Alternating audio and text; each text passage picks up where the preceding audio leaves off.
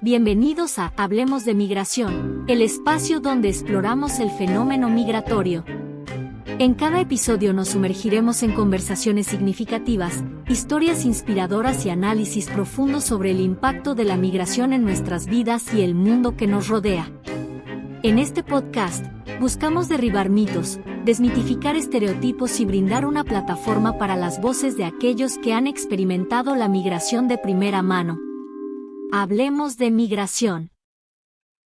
Hola, ¿qué tal? Bienvenidos a Hablemos de Migración. El día de hoy vamos a hablar del apoyo y desafíos para los niños migrantes.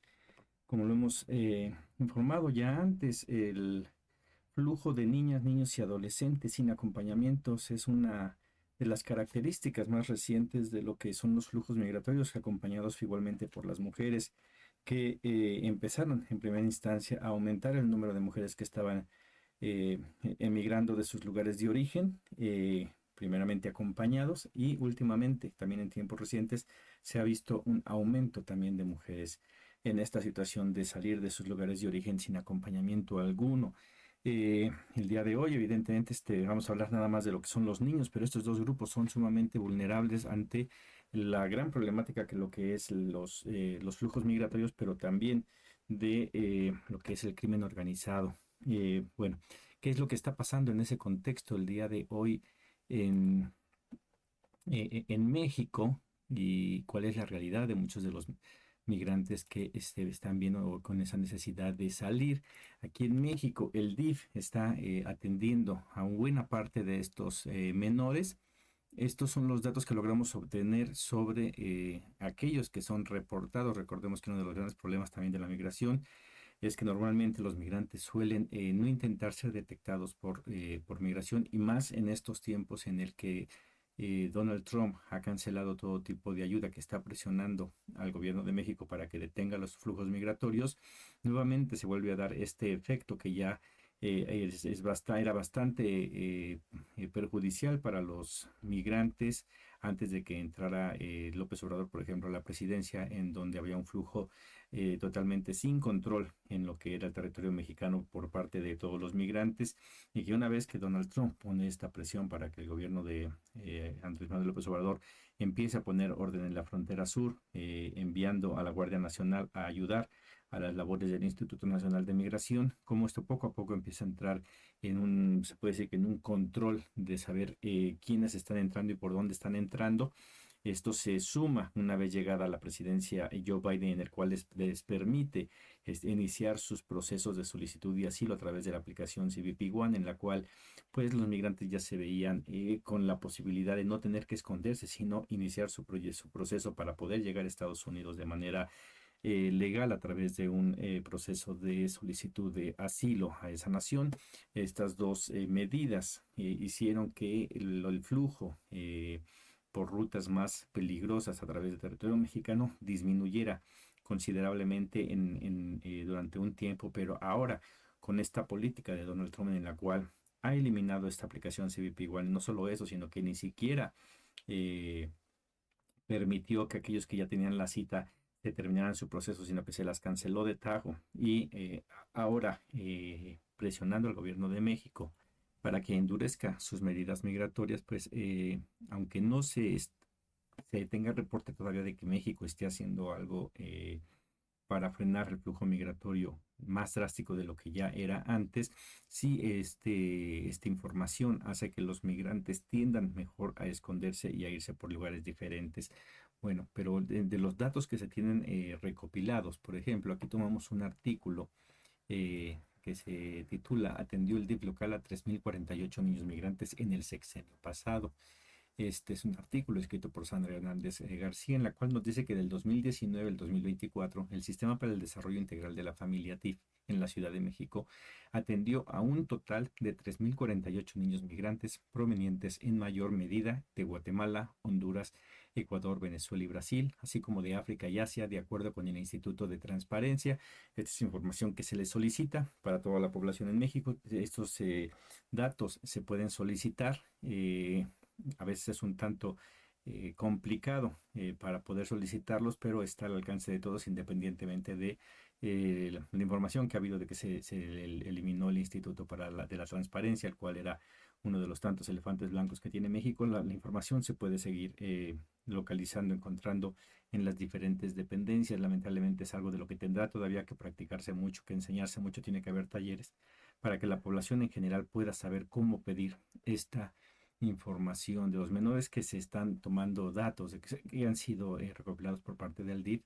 Normalmente son menores de menos de 17 años los que están en esta lista de datos. Aquí se informa que, por ejemplo, del 2022 al 2024, la atención de niños migrantes prácticamente se duplicó al pasar de 556.146, perteneciente a uno de los más de 50 países registrados, como Uzbekistán, Sierra Leona, Marruecos, Irak, Egipto, China y Angola. Aquí vemos cómo en estos años se duplica, evidentemente por respuesta de que ya había un proceso para poder solicitar asilo en Estados Unidos, en el cual se aúna con el aumento de flujos migratorios, pero también con la confianza que ponen los migrantes, el saber lo peligroso que es estar cruzando por territorio mexicano sin ningún tipo de protección. Entonces empezaron a pedir esta ayuda al DIF, la cual evidentemente sobrepasa las capacidades de respuesta del DIF, así como también del Instituto Nacional de Migración, algo que esperemos que en este año, en este sexenio se resuelva. Para este año fiscal se redujo significativamente el presupuesto para todo lo concerniente a migración. Es algo que se tendrá que revisar y el próximo año hacer los ajustes necesarios una vez que se vea el impacto de las deportaciones que iba a hacer Donald Trump. Y más allá de las deportaciones, que son importantes, más allá, una vez que este flujo de migrantes que tenían la posibilidad de solicitar asilo, al ya no tenerlo, pues evidentemente se van a ver detenidos aún más tiempo aquí en México, porque las condiciones tanto de violencia como de inseguridad o cambio climático, que son las principales que obligan a que las personas tengan que dejar su origen, no van a cambiar simplemente por un plumazo de Donald Trump. Mientras él no cambie la política de Estados Unidos, la situación de pobreza, de inseguridad, de problemas con el clima, que está afectando a todo el mundo, no va a cesar, y los flujos migratorios van a continuar independientemente de las medidas que implemente Donald Trump. Este artículo nos sirve, y esta información, para empezar a ver los números, lo que podemos esperar, lo que se puede vender como un éxito, de decir, fíjense, subió a más del doble y ahora está otra vez bajando a números regulares. La realidad es que si bajan en a números más bajos, no necesariamente es porque han bajado los flujos migratorios, sino porque ahora los migrantes, al saber que no tienen la opción de la CBP-1, van a intentar hacer lo posible por llegar lo más pronto posible al norte, en primera, lo caro que es cada día que se pasa en el trayecto de donde salen hacia Estados Unidos. Es un dinero que no tienen y que van acumulando, y se van endeudando cada vez más. Otra es la violencia, la peligrosidad que hay en cada uno de los puntos en donde están los migrantes, en el cual no es lo mismo que estés en una estancia migratoria, por muy indeficiente que sea, del Instituto Nacional de Migración, en espera de recibir un pase humanitario para que puedas llegar al norte, con la medida de que ya tienes tu aplicación de la CBP o en la cita, y que el día de hoy ya no la tienes, por lo cual pues se va a tardar más este proceso. Entonces van a esconderse y van a intentar llegar lo más pronto posible a la frontera para intentar pasar y no ser detectados, que también ahí se van a dar esos cambios de que no va a haber tanto detención en la franja fronteriza, debido a que antes, ya lo habíamos reportado antes, lo que estaba haciendo los migrantes era no llegar a intentar escabullirse hacia Estados Unidos, sino entrar y entregarse en automático a migración para que iniciara su proceso de asilo. El día de hoy eso ya no va a ser, entonces van a intentar cruzarse por lugares todavía más peligrosos para no ser detectados, lo cual va a costar muchas vidas más de las que ya se han perdido hasta el día de hoy. En cuestión de aquí en México, eso es referente a los migrantes que van de paso por México, pero en México, ¿cuál es la situación de los menores, de estos niños que están buscando un mejor futuro? Pocas veces se encuentra en algún artículo o algo que refleje la realidad de lo que es el mundo del que tienen que salir los niños, en especial, que son migrantes. Pero el día de hoy encontramos un artículo que a mí me llamó bastante la atención, de Abel Barrera Hernández, titulado Migrantes Somos, y dice: migrar y casarse a temprana edad es el destino de las niñas y niños de comunidades indígenas de la montaña de Guerrero. Desde pequeños juegan y duermen en terrenos agrestes, mientras sus padres preparan el tlacolol, sus primeros aprendizajes los adquieren en el campo porque en sus localidades no hay aulas ni maestros. Esto evidentemente habla de esta otra infancia, la que no se ve, la que está en las comunidades más remotas, más pobres de nuestro país, en el cual a veces no se logra vislumbrar desde las ciudades donde ven sí carencias en la atención para los menores, pero que no les pasa por la cabeza lo que tienen que pasar los niños para tener que decidir. Esto del casarse de edad temprana es algo que se supone y está en contra de la ley, mas sin embargo se sigue aplicando en algunas comunidades sin que nadie haga absolutamente nada. En este artículo también nos dice que en los municipios de Metlatotónoc y Cochoapa, el Grande, hay niños y niñas que no cuentan con actas de nacimiento, cartillas de vacunación y certificados de educación básica. Son los indocumentados de la montaña que crecen con el estigma de su indianidad y engrosan las filas de la población analfabeta. Es algo que también no se llega a hablar. Hace muchos años recuerdo haber visto en un programa de Televisa con Nino Canún en el que hablaban precisamente del fenómeno migratorio ya desde aquellos entonces, en donde hablaban que muchos de estos indígenas que llegaban a Ciudad de México por el hecho de ser analfabetas, de no hablar muchos de ellos español, eran detenidos por el Instituto Nacional de Migración y deportados hacia Guatemala, simplemente por no hablar español, la ignorancia con la cual de las instituciones de gobierno que no sabían que pues en México no solamente se habla español. Es uno de los cambios que ha habido de manera significativa con el gobierno que inició con el gobierno de Andrés Manuel López Obrador, la inclusión relativamente más de lo que es la comunidad indígena, de la Defensoría de las Lenguas Originarias, se está dando continuidad en este gobierno, pero que es algo que tendrá que verse. En el aspecto de la migración allá de los mexicanos en el exterior, llevo yo también años pidiendo que exista una mejor atención para estos grupos indígenas que están en Estados Unidos, que no hablan español, que no hablan inglés y que no tienen ningún tipo de ayuda. Apenas en el año pasado inició este intento de traducción para de los documentos hacia lenguas originarias, pero es un tema en el que está sumamente atrasado el gobierno mexicano, porque a pesar de que ya esté en la página de los consulados en algunos esta traducción a lengua originaria, el problema es que para que les llegue a estas personas a los lugares donde están va a ser sumamente difícil, puesto que ellos normalmente no están en las ciudades, están en lugares apartados en donde no llega comunicación y que muchos de ellos siguen siendo explotados en Estados Unidos y también últimamente hemos dado información sobre Canadá que también están siendo violentados los derechos de los trabajadores. Aquí también nos dice que las niñas y los niños que tuvieron el privilegio de terminar la secundaria en las cabeceras municipales se dispersan por las ciudades en busca de trabajo. Varios se aventuran a cruzar la frontera, pocos libran los peligros y amenazas de la delincuencia. Quienes resisten la travesía por el desierto no son los afortunados de la montaña. O sea, todo nos da un panorama de lo que es esta migración y la necesidad de salir, puesto que no se encuentran condiciones apropiadas para vivir, primero en sus comunidades sumamente carentes, después salen a las ciudades en donde también son explotados y que no les queda otra más que salir. En este artículo cuentan la historia de un migrante de nombre, de apellido Beato, el cual logró cumplir el sueño americano de llegar, trabajar arduamente y lograr poner su negocio. Y su negocio prosperó y él empezó a expandirse al día de hoy. Informa aquí cuatro tortillerías y él, por ejemplo, el empoderamiento de la persona cuando está consciente, cuando sabe, por ejemplo, hace que se defienda mejor. Dice que para Beato la investidura del presidente Trump no le da la autoridad para denigrar a los migrantes cual criminales, menos para tratarlos como seres sin dignidad y sin derechos. Las policías tampoco encarnan la ley, sus armas no son para agredir a las personas ni para introducirse a los domicilios. Dice que es reprobable y ofensivo que encadenen a los migrantes. Dice que el presidente sabe que todos lo somos. Sus padres y su esposa fueron migrantes. No debe olvidar que migrantes somos y en el camino andamos. Y esto es algo de lo importante que es la educación. El sueño americano, muchos dicen que es imposible. No lo es, pero es sumamente difícil porque se tienen que recurrir muchas eh, características para que pueda darse.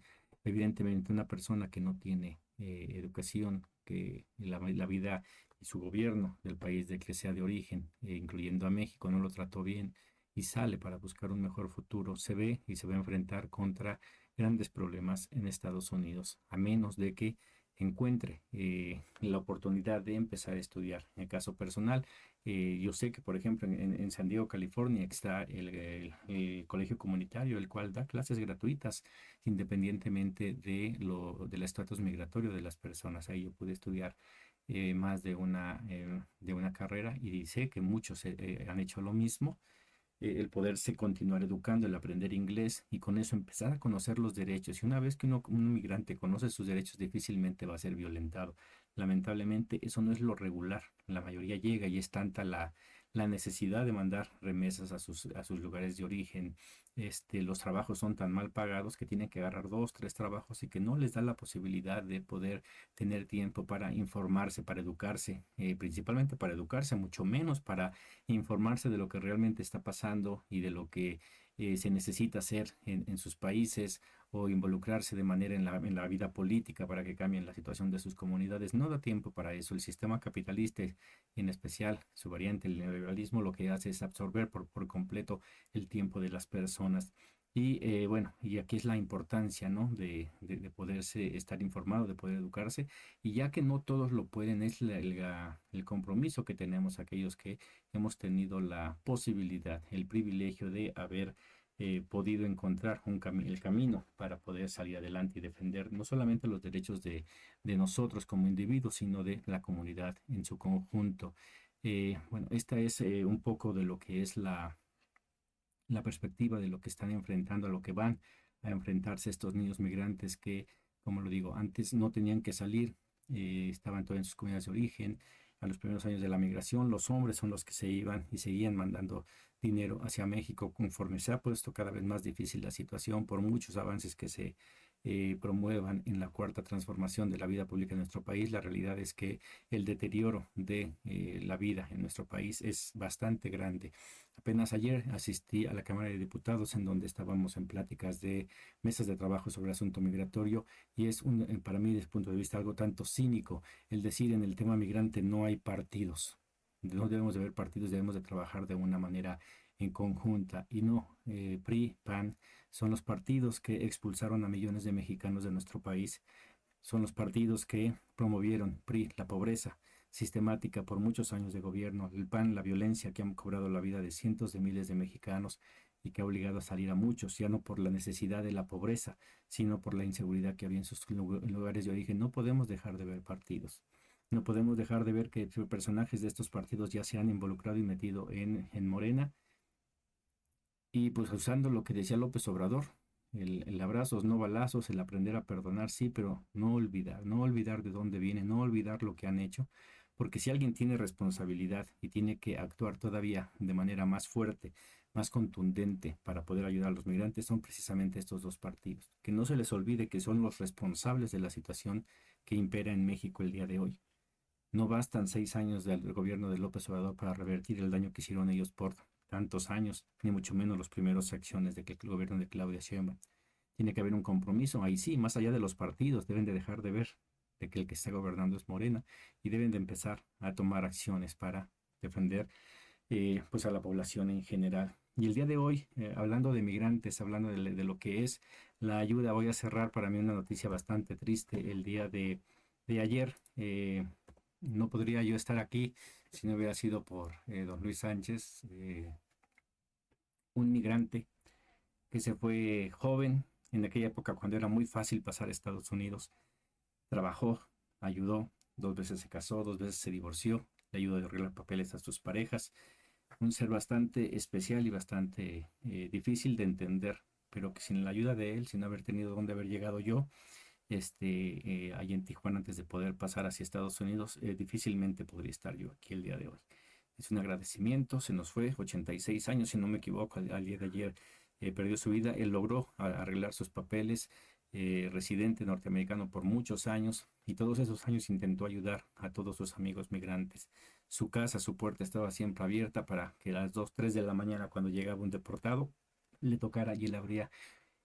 Después de una letanía de quejas, él lo invitaba a pasar, quedarse a su casa y le daba asilo, comida por muchos días. De esos seres que lamentablemente no hay muchos, pero sí los hay. El día se nos ha ido don Luis, a donde quiera que esté, pues ahí algún día lo alcanzaremos. Muchas veces se habla de los migrantes que pierden la vida en su intento por pasar a Estados Unidos. Gracias a migrantes como don Luis, muchos no perdimos la vida porque tuvimos quien nos orientara, quien nos impulsara, quien nos dijera, échenle ganas, ahorren dinero, hagan algo para su futuro. Pocas veces se recuerda, ojalá y nos demos tiempo todos aquellos que somos migrantes de agradecer. Yo tuve la oportunidad de llevar una muy buena amistad con él, de agradecerle siempre la ayuda que me dio. Y hay que recordar el día de hoy también a los que se nos van y que nos ayudaron. Bueno, pues esa es nuestra entrega el día de hoy, emotiva. Y bueno, pues sería todo por esta ocasión. Pues los espero en la siguiente entrega. Muchas gracias y hasta la próxima.